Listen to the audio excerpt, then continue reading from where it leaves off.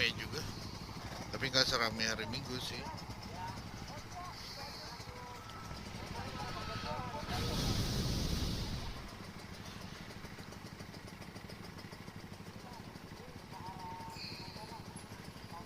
Oh iya, Sumpah Pemuda hari ini ya. Gue lupa, oh, 28 Oktober.